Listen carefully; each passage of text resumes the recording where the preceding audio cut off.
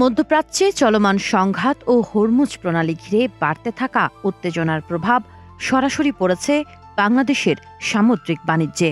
Iran এই গুরুত্বপূর্ণ প্রণালী দিয়ে জাহাজ চলাচলে কড়াকড়ি আরোপ করায় বাংলাদেশের পতাকাবাহী জাহাজ বাংলার জয়যাত্রা বর্তমানে আটকা পড়েছে। বাংলার জয়যাত্রা জাহাজটি প্রায় ৩৭,০০০ টন সার বহন করে সংযুক্ত আরব আমিরাত উপকূলের কাছে অবস্থান করছে। এটি দক্ষিণ আফ্রিকার কেপ টাউন ও ডারবানের উদ্দেশ্যে যাত্রাপথে হরমুজ প্রণালী অতিক্রম করার কথা ছিল। তবে ইরানি নৌবাহিনী ও ইসলামিক রেভলিউশনারি গার্ড কর্পস বা IRGC এর অনুমতি না পাওয়ায় ২ দফা চেষ্টা করেও জাহাজটি প্রণালী পার হতে পারেনি।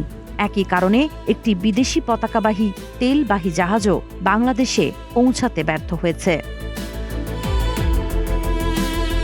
জীবন অবাক না করলে কে করবে? ২৮% মিল্ক ফ্যাটের অবাক করার সাথে ফ্রেশ মিল্ক পাউডার। জীবন অবাক করুক প্রতিদিন। বাংলাদেশ সরকার কূটনৈতিক তৎপরতা জোরদার করেছে। পররাষ্ট্র মন্ত্রণালয় ইরানের সঙ্গে যোগাযোগ করছে এবং তুরস্কে এক বৈঠকে বাংলাদেশের পররাষ্ট্রমন্ত্রী ইরানের উপপররাষ্ট্রমন্ত্রীর কাছে জাহাজটির নিরাপদ চলাচলের অনুরোধ জানিয়েছেন। পাশাপাশি বাংলাদেশ শিপিং কর্পোরেশনও অনুমতি পাওয়ার লক্ষ্যে সমন্বিত উদ্যোগ চালিয়ে যাচ্ছে। সাম্প্রতিক মধ্যপ্রাচ্য পরিস্থিতি নিয়ে বাংলাদেশের অবস্থান ইরানের কিছুটা অসন্তোষের কারণ হতে পারে। তবে সাবেক কূটনীতিকরা মনে করছেন পররাষ্ট্রনীতির ব্যাখ্যা ও আন্তর্জাতিক আইনের অবস্থান ঘিরে তৈরি হওয়া জটিলতা।